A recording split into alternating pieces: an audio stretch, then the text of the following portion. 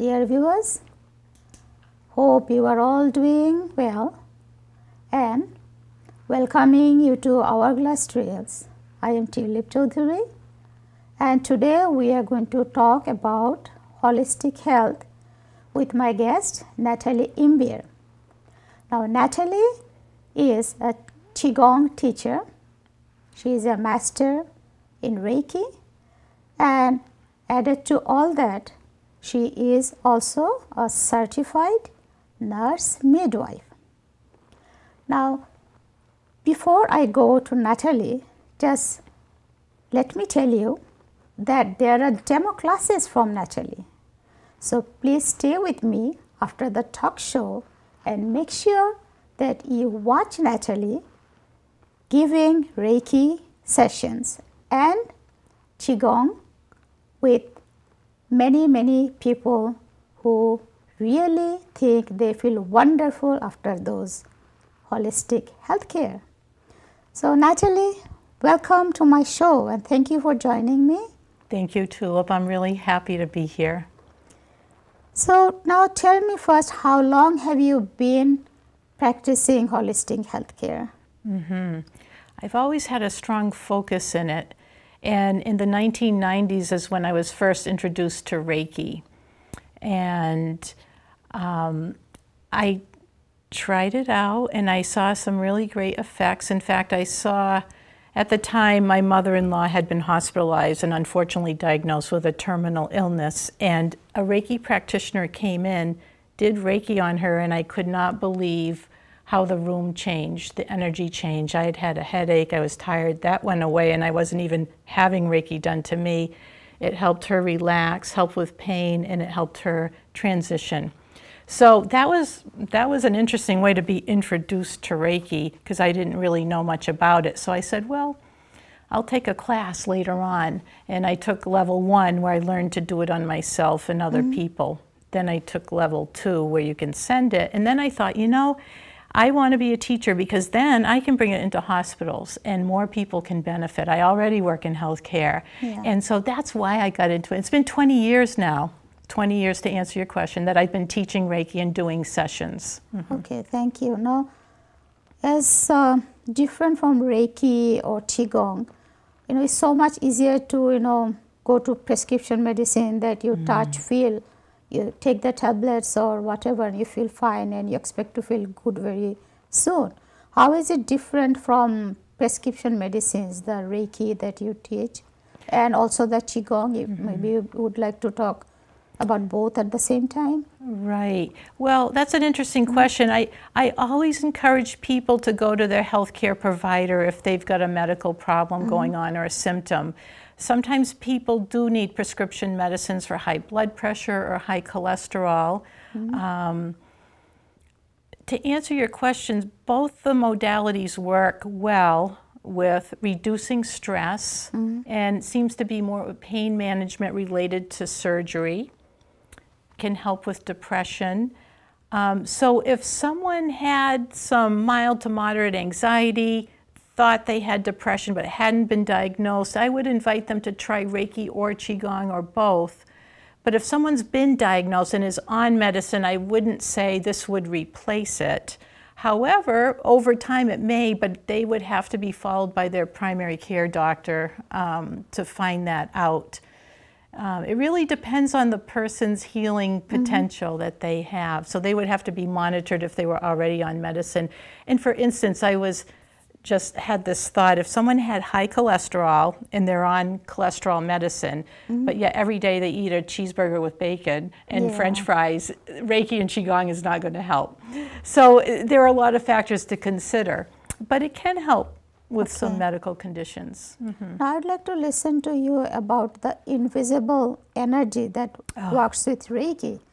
It's so hard to make people, or even for me at once, to believe that when I'm not seeing, touching something and it's going to work on me and keep me well and healthy. Yes. Can you explain a little bit about the invisible energy that works with Reiki? Well, yes, I can. And I felt the same way when I was introduced to it, that it's hard to believe something that you can't see. And you're not alone. Many people are like that.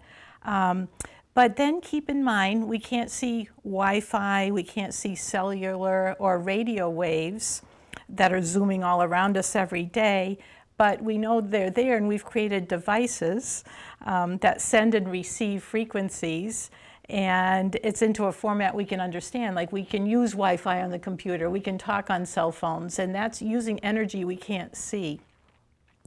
Our bodies are similar. We're transmitting energy from the inside out, the outside in, sending and transmitting waves.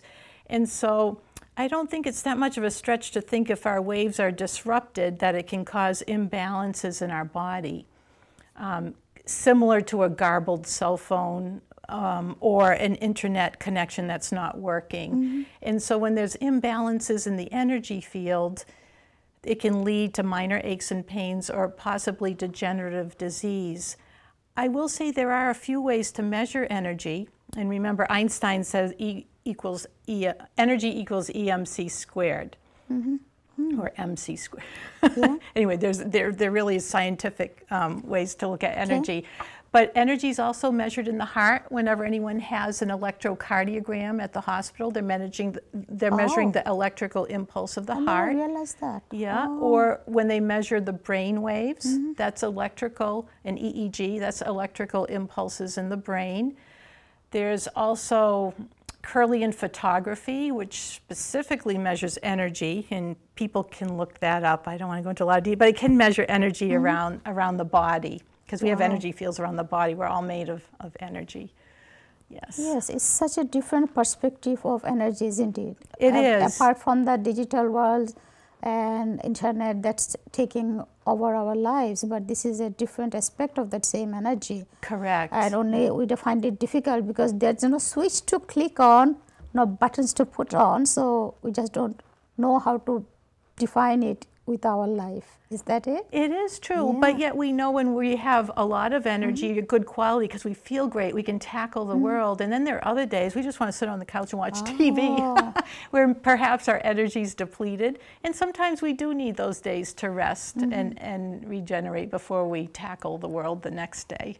Yeah. Okay, and where did Reiki originate? Where did it come from? Oh, okay. Reiki is a Japanese technique. And again, it's used for stress reduction and relaxation. Wow. And it also promotes healing. It initiates the inner healing potential of the body. When a person is deeply relaxed, they're almost sleeping, they're in that alpha state, then the body can do what it needs to do physically, mentally, and emotionally. Wow. Yeah. Yeah. Okay, now let's talk a little bit more about Qi-Gong. So how is that different from Reiki? That's a very good question as well. So Reiki is really a passive type of energy that's transmitted. It's transmitted from the practitioner to the person receiving it, and people will see that, as you mentioned a little later on. So it's passive. You're not actively doing anything. It's transmitted to you. Where Qi-Gong, and Qi stands for life force energy, Gong stands for skillful use of or cultivating. So Qi-Gong is cultivating your own energy for better health. And that also reduces stress and increases energy. It turns stress into vitality. If you think of someone who might be holding on to tension in their upper back or whatever, they're under a lot of stress, so they're kind of like contracted without knowing it. Sometimes our shoulders rise up. When you can let go of that through movement, breath work, and exercise movements, it frees up energy in the body to work with your inner organs, to work with your mind for greater clarity and focus. So it's different that it's a more active type Qi-Gong as opposed to Reiki. Okay, and I was very fortunate to have both the sessions with you. Yes. Reiki, and that was before I had an operation surgery on my throat, and it really did heal without any complications. Thank you. And I think often that is you suggest before going into any surgery is to take the Reiki.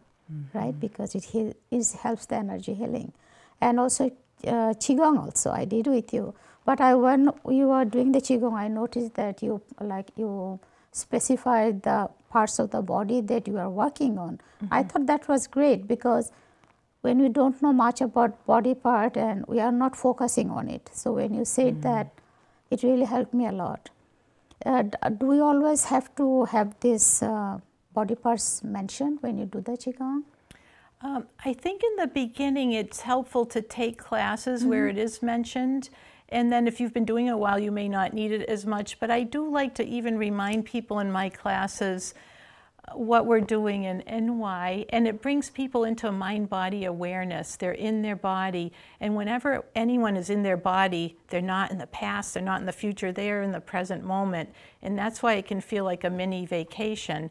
So in general, with classes, I usually start off with spinal enlivening exercises. When we enliven the whole spine, this major energy runs up the back and down the front, and when we enliven that and move it, we feel more alive, and it connects to the whole system. So yes. That's great. I was wondering about, this whole world is so much obsessed with time and managing, balancing home, work. So is there a specific time or routine that we should keep to when we go either to Reiki or Qigong? You can specify each. Well, the beauty of either one of them is there is no specific time. The time is whatever's best for you to do either one of those. With Reiki, if you go through a level class, you learn how to do it on yourself and other people. So I know when I first went through that, I was going back to school to be a midwife. I had been an RN forever, and I was in class. I was feeling tired after lunch, so I would just start to do some of the hand positions, and no one really knew I was doing them, and I was giving myself Reiki while I was sitting in class. Another way I like to do it is right before bed, or if I wake up in the middle of the night. It helps me go back to sleep. And as far as Qigong, even 20 minutes 3 times a week would be great, or 5 minutes in the morning or the evening. Anytime you can fit it in is good. Anytime you can fit it in is good. Yeah. Often when we start any kind of healthcare, definitely go into program, sometimes we are told some specific food to avoid, or to keep on a lighter diet, or something. Is there anything specific about Qigong or Reiki? Well, the only thing with Qigong is you don't want to practice right after eating a meal. You want to wait at least half an hour so the food's partially digested before you move with Qigong. And with Reiki, it wouldn't really necessarily matter. And of course, it's always good to eat healthy if you can. And what I believe by doing more of this and the longer that time goes on is that it permeates your life. So you have this mind-body awareness while you're in class, or perhaps while you're having Reiki. And then when a stressful situation comes up, you might handle it a little different because it's more familiar to your body to be relaxed and tranquil and serene. So sometimes, well, what I have found over the years is I don't react. I can respond, much easier to something that's very stressful, and take my time and move through it in a healthy way instead of getting all upset. I can definitely, connect that to you at the present world. If we don't really listen to our body, know our body so much hung up on everything that's good around us, it's quite possible that we react even meaning to. And that seems to be like we are more of outside our bodies, doesn't it look like? Correct, yes. Seems like a lot of us are distracted in that way because of the world, I think, that we live in. Yeah, but our bodies are great in responding how we treat them. Isn't that so? Yes, yes. And that's why people are always telling us, listen to your body. That's correct. Isn't that so? The intuitive voice within. Now, I was wondering, the whole nation or America has a problem of, I think, overweight. People are far more into weight than they should be. Is there any help from Reiki and Qigong in that context? Very much so, I would say. And you're right, it is a problem. I think we have so many food choices today, and processed food, and you always see these new things coming out that weren't there 50 years ago. And in healthcare, they're saying that a sedentary lifestyle is the new smoking. They used to say don't smoke. Now they're saying don't sit. Don't just, you want to move. So any kind of movement you can do is great. In terms of Reiki, There are some healing techniques around addictions, whether it be eating, smoking, or losing weight, that can be done. Just a regular Reiki session is also nice. But just last Friday in Qi-Gong, I did do some exercises related to weight loss. And basically what they do is raise your metabolism, strengthen your core, so you're burning more calories. So yes, both of those can be used to maintain a healthy weight and maybe to lose a little bit. Now, it still wouldn't help to go out and eat the cheeseburger with bacon and a milkshake. But so again, I think the more you do this, the more it can permeate your life, and you might make healthier choices. It's not that that's a wrong thing to do every now and then, but you know, frequently doesn't lead to good health. Oh, you are very right. I mean, choices are difficult things. There's just so many things to choose from. Right. You really don't have the time to read everything a food product has. Right. And then you end up wrong things. And sometimes you wish there were limited choices.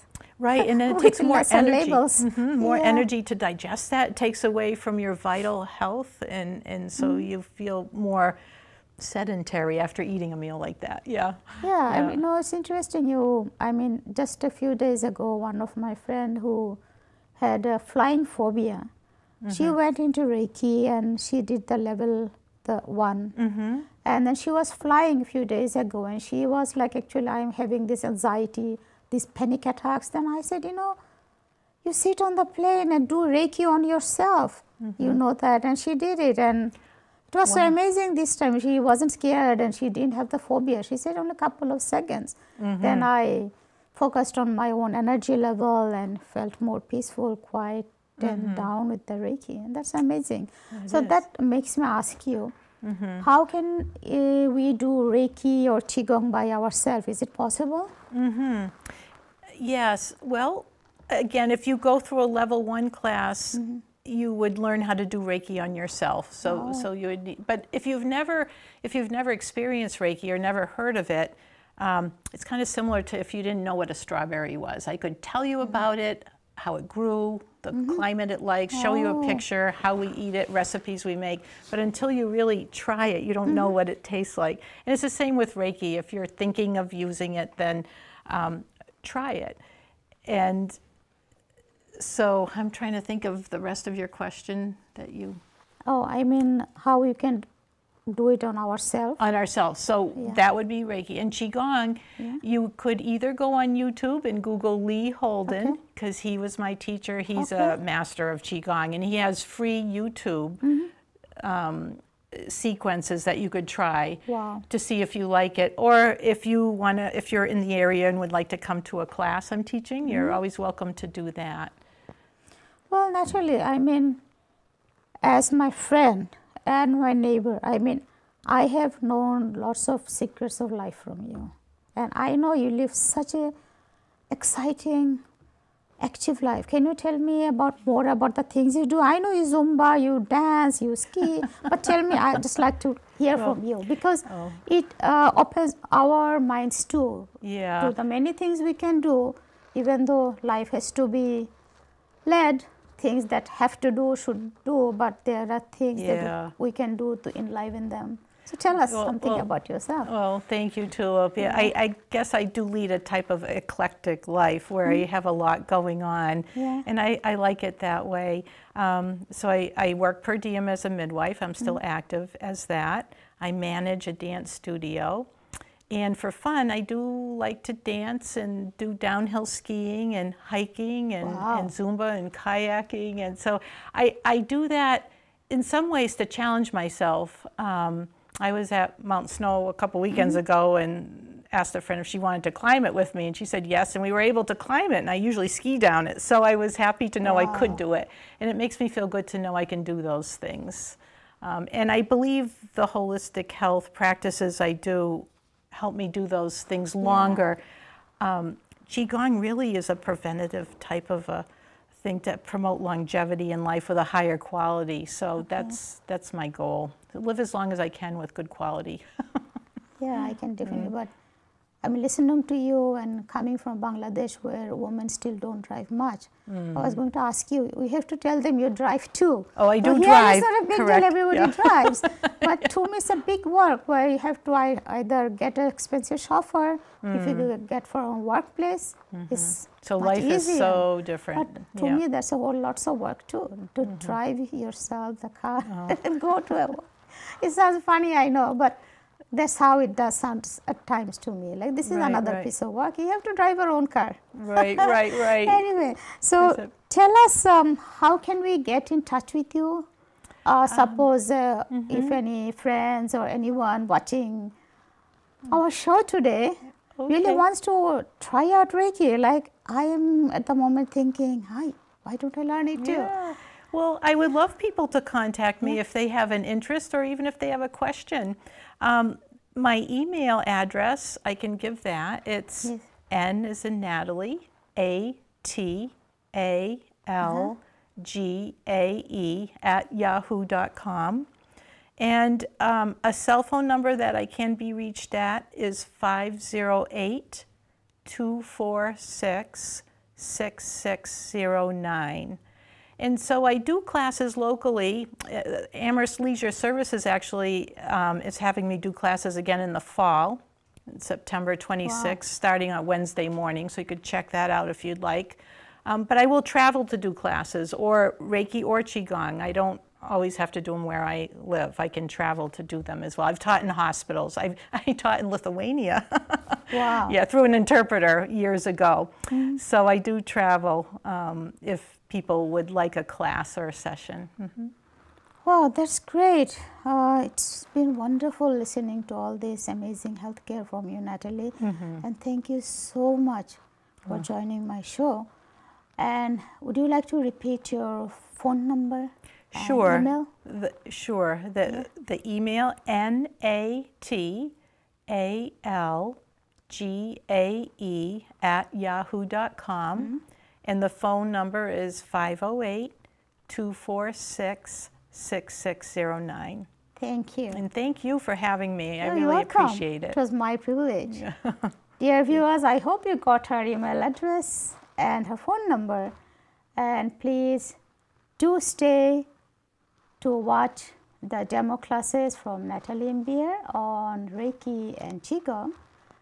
And I hope you have a very good health and wonderful time for the rest of the year and on. Thank you very much for being with me. Thank you to Amherst Media and its great team for making my show today.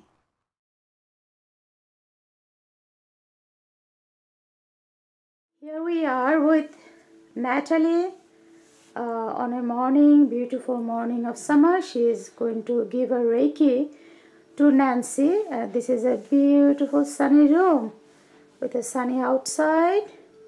The moment you come here, you feel refreshed. Listen to that music. Takes a breath away and you really want that energy from her. So let's talk to Nancy for a while. Nancy, how long have you been coming here? About 2.5 years. And I first started coming because I was having surgery, and I heard that it helped with pain and inflammation if you had Reiki beforehand. And that I hadn't had surgery before, but it really, I had very little pain afterward and no inflammation, didn't have to take pain medication. So I'm a convert. Oh, that's amazing. Now So is there something related to the stress you have during operation that helps? Yeah, well, I think stress affects everything, so having Reiki really reduces stress and gives you more energy. You feel light afterwards, and it lasts for a while, so it's really nice. This is wonderful. So we'll watch after a while. We'll soon be watching Nancy have the Reiki session. Yes. Hello, Natalie. So let's see. Now, I was listening to Nancy and she mentioned the pre-operative stage. But can you say, is it helpful for other stress? Any other kind of stress too? Yes, in fact, people who are under chronic stress for various reasons will come for Reiki, and it helps minimize stress in their life. And when they're feeling relaxed and calm after a session, they can make good decisions, have more mental clarity and focus as they move forward through whatever stress they're experiencing in their life. So it does help with stress immensely, yes. Okay, so I'm quite impatient to see how you do your Reiki session this morning. So shall we start? Sure.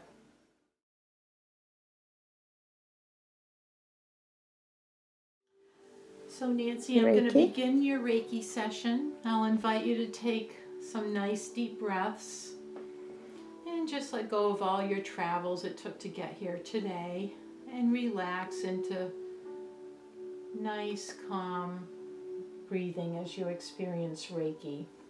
I'm just going to start by placing my hands over your face. And normally a Reiki session is 1 hour.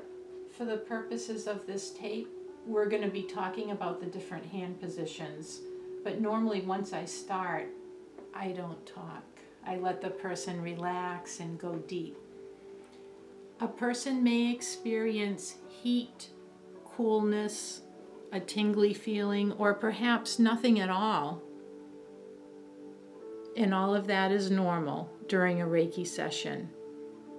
Some people tell me the next day they had the best night's sleep ever, or they've noticed some changes within 24 hours.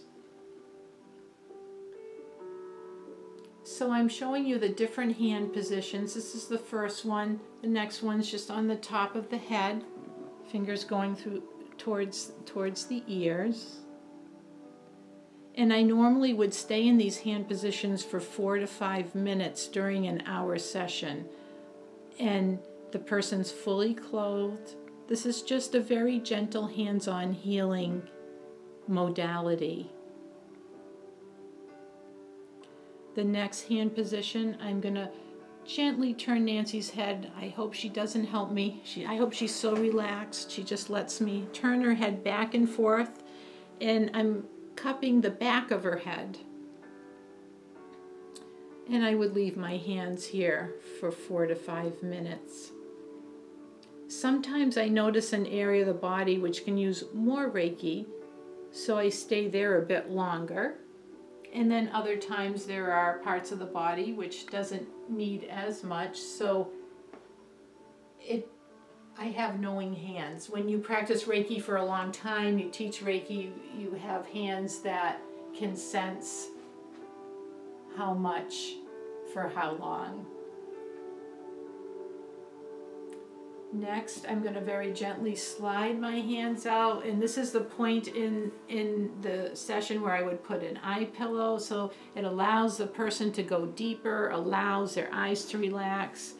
And then I'm moving down to the jawline area, in the chin, and I would stay here 4 to 5 minutes as well. A little less, a little more, depending. So a full Reiki session does the head positions and the major organs of the body, as well as the knees and feet, which you'll see in a few moments. The next position is the neck, and I'm very gentle over the neck. It's a vulnerable area, so I have very, very light pressure, or I'm not even touching the neck. And this is our communication center, our throat, very important area of the body. After this, I like to go to the shoulders, because many of us hold the weight of the world on our shoulders. When we have a stressful day, we may start off not stressful in the morning, but as the day goes on, our shoulders could creep up towards our ears, and we don't even notice it. In fact, if someone did a shoulder shrug and just dropped them, you might notice your shoulders go down a bit. The next hand position is over the heart. I do a lot of these just from sitting in a chair from where I am, because I can reach Nancy's body. The heart is also an area that works very hard, because it's not only the heart where we take in life, But it's also the immune system in this area where we're fighting off germs and viruses and staying healthy and strong. This area on most people can use a lot of Reiki, myself included, just from living in the world that we do. Then I very slowly and quietly would stand up, staying in Nancy's energy field, and then very gently I would put my hands in the next Reiki position, which is right below the breast. It's the upper abdomen. This area covers the liver and gallbladder on one side, the spleen and pancreas on the other. I always ask people if they have any health problems too, and if they forget to tell me, again, the knowing hands seem to find an area to stay longer if needed. Then the next hand position, just a hand's width down, I'll be on Nancy's natural waistline. So this covers the small intestines. There are yards and yards of intestines in the stomach, the digestive system. And moving down the body, right here covers the lower abdomen, the hip area, the pelvis.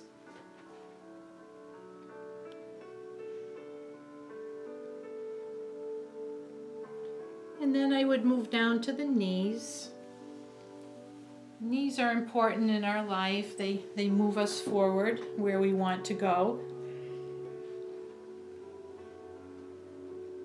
And it feels really good. When the hands are there for 4 to 5 minutes, the person really can feel the Reiki coming through. Again, this is a bit instructional, so I'm not staying there, all that, but in a normal session I would. And then I get down to the feet. The other thing that is offered to the patient is they can turn onto their stomach if they would like to. Some people do and some people don't. I can do the whole session with someone on their back. If a person did turn onto their stomach, there is a face cradle, like the same as massage table would have, and I would put my hands over their backs and finish that way. So that's it for a table session of Reiki. And so a chair session can be done when you don't have a lot of time or you don't have a place like a couch or a table or a bed to lie down, and a person can sit in the chair. I've done these at health fairs, I've done these in the hospital, 10 or 15 minutes. Today I'm just going to show you the hand position, so I won't leave my hands there as long, but I start on the shoulders and then I go to the top of Nancy's head, and I always mention that she may feel warmth, coolness, tingly, maybe nothing at all, but the Reiki is coming through. And even 15 minutes of Reiki can make an impact on someone's day. I'm going to step to her side and do front to back over the forehead area. In the hospital, we did a health fair, and I remember around noontime a lot of nurses came down, and after 15 minutes of Reiki, they were surprised at how they felt when they went back to work, that they felt their energy was more balanced, they had more energy. And Reiki is such a simple, natural thing. I think it's the ultimate in self-care or caring for others, because anyone can do Reiki. I'm going to go over her neck area. Communication center is here. So Reiki can be done anywhere, in a chair, a bus, a plane, at your kitchen table, watching TV. You can do Reiki anywhere. And then the next position over the heart and the immune system.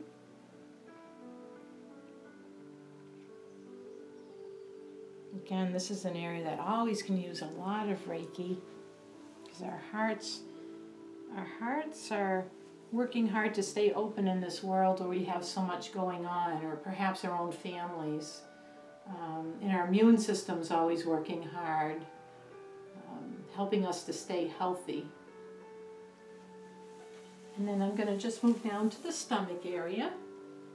And Reiki can go through casts, it can go through chairs, so it doesn't have to be, if the back of the chair doesn't have an opening, it's okay.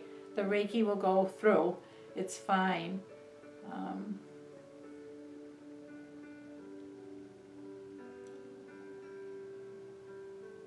And then I'm going to move up again to her shoulders. If Nancy were in a recliner and her legs were out, I might do her knees and feet. It's kind of hard when someone's sitting in this kind of a chair to do knees and feet, but it's not that you couldn't.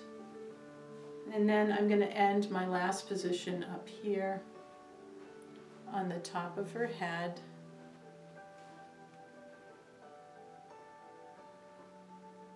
And then I would brush her off, and if her eyes were closed and if she were really in a true Reiki session deep, I would say you can slowly open your eyes and come back when you're ready. Okay, thank you, Nancy and Natalie.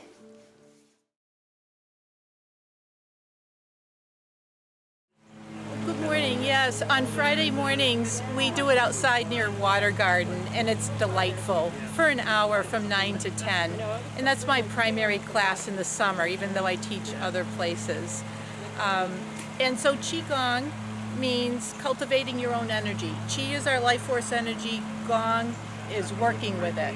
So the literal meaning is cultivating your life force energy so that you release stress and have more healing potential, remove blockages from any constricted muscles, because when our muscles are constricted and holding on, they hold energy, and then when you release them, it releases energy into the body so the body can function the way it's meant to.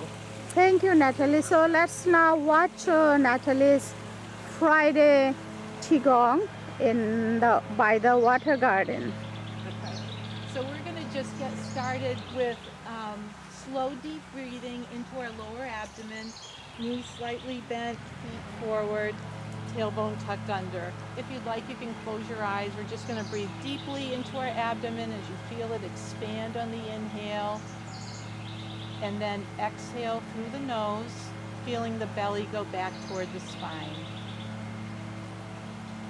Nice, full, deep breathing. Releasing all the stress it took to get here today.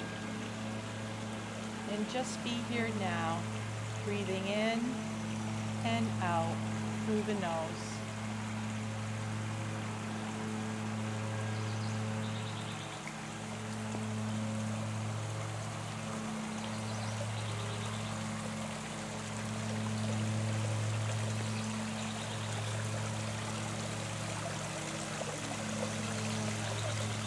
Always turning from the waist, arms are just following along. And how far can you turn over? Can you turn your neck to look behind you? This activates energy, releases any tension in the muscles.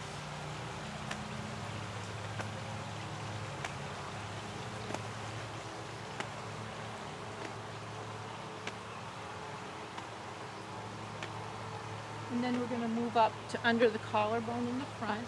The arm in the back always stays in the same spot, still turning from the waist as far as you comfortably can over your shoulder. Activating the lungs, the immune system. Always good to have a strong immune system.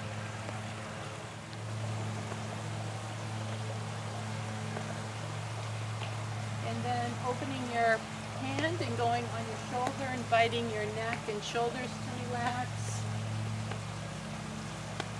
Releasing tension in this area promotes clearer thinking, more focus. And then moving down below the collarbone in the front.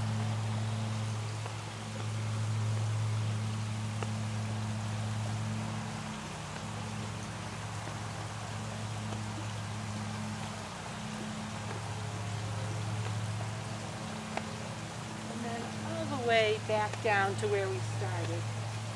Still turning from the waist. And then moving into water waves.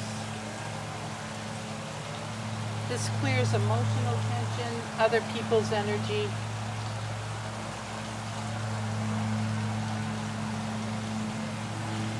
We were working with the physical body, now this works with the emotional body. Feeling the air.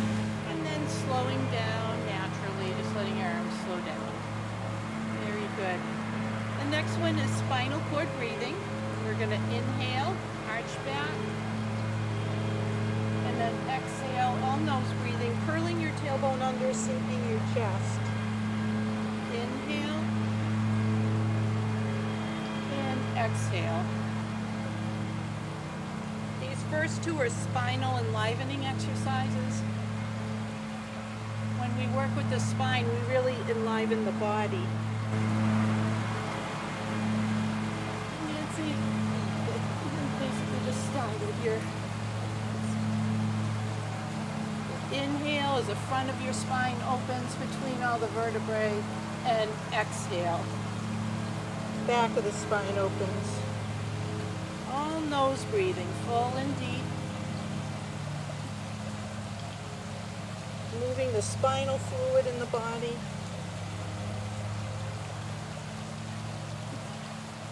Our brain, spine, and central nervous system are the pilot of the body. It's very important. So it's nice to take care of that area of the body. On the next inhale, inhale over to the right. Turn to the center and exhale. We'll add a twist. This releases tension deeper in the spine. Wringing out the spine of tension.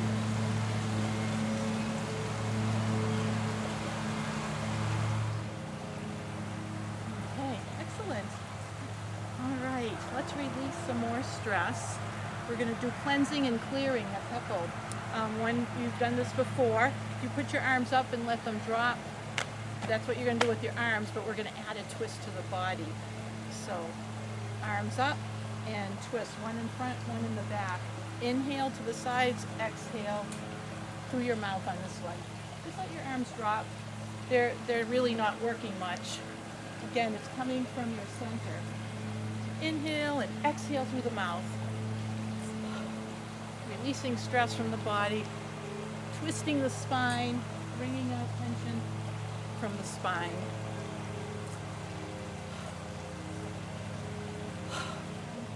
Another one to bring out tension from the body is the pump. This is the one where your arms are up, you inhale, you exhale, bend the knees and straighten. Bend the knees and inhale, and then you just go with gravity once you've got the movement. This is good not only to relieve stress, but it's good for low back discomfort and pain.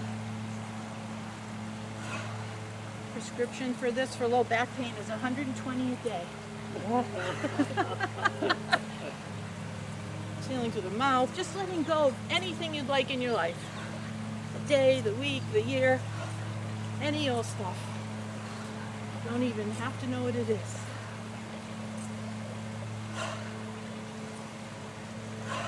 So place one hand out to your side, other hand on your waist. This hand always stays up so we can work the arm joints, the elbow, and the shoulder. And we'll be shifting our weight over to side. So just go with me if you want to mirror me, however you are, whatever's easier for you. So I'm going to shift over this way. Arm goes, keeping your palm up to the right, and then shift your weight over your head. And then back. So you're just going side to side and your arm is following along. And your knees are bent as far as comfortable. And then when you come back to your waist, we'll do the other side. Palm up. We're going to go over to the opposite side. Curl under, palm facing up. And then back above the head. Palm up. That's it. Side to side with the weight shift, and your arm follows along, keeping your palm up all the time. And we'll move into the fountain. Really nice one. Knees bent, tailbone slightly tucked under. Inhaling, the backs of your hands up towards your collarbone, and exhaling out the fountain. Letting your spine be a little bit like a wave, like seaweed in the ocean. So it's not just an arm movement, it's not just like this. You're putting your whole body into it. You're moving your spine like seaweed in the ocean. This is for the kidney energy, the batteries of our life. I love hearing flowing water when we're doing the fountain. Shift back. Cloudy hands is good for the heart meridian. It clears other people's energy from our heart. Any kind of emotional indigestion is fine as we clear out the heart meridian. If you'd like, you can either close your eyes once you have the movement down or gaze at the hand that's near your heart, that heart level. The other hand's gliding on water. And it's a weight shift as you go to the other side. Then turn from the hips. The arms aren't doing much. Again, you're switching. And weight shift and turn. And then switch. That's the mantra. Weight shift, turn, switch. Weight shift, turn, switch. Cloudy hands. Clearing the heart. And we're going to imagine the wind picks up. Go a little faster. Cloudy hands. The wind's picked up, blowing away anything that could be stuck in the heart. This wind will get rid of anything.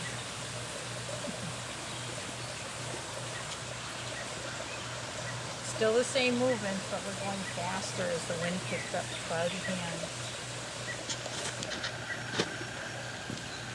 So we're going to inhale our hands out and exhale as they glide on the water. Inhale to the center and exhale out. And your spine moves slightly like seaweed. Don't get too caught up in it, but again, it's not just an arm movement, it's a full body movement. Inhaling to the center, exhaling as your hands glide on water. This is for the spleen. And the spleen correlates with digestion of life and food, bringing in energy, centering right and left sides, yin and yang energies in the body. You've done a lot of work today. You moved a lot of energy, released stress and tension. And we're just centering energy.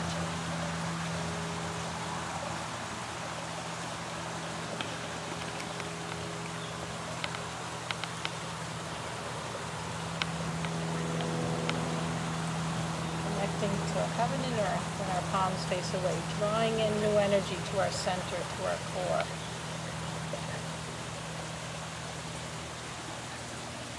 All right, let's close with one of our favorites, or at least my favorite, just pulling down the heavens, where we inhale and exhale down the center of the body, balancing body, mind, and soul, physical, emotional, and spiritual.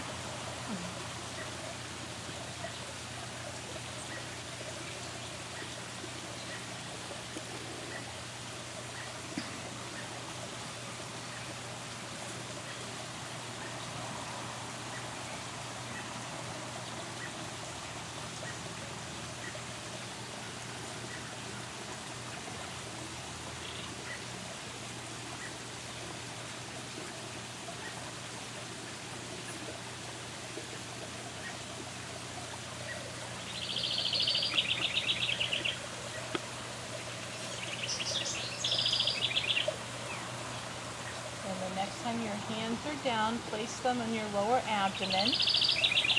You can be nice and close together. Close your eyes. And let's take some full deep breaths as we did at the start of class. Down into your lower abdomen, all nose breathing. Feeling your belly expand on the inhale.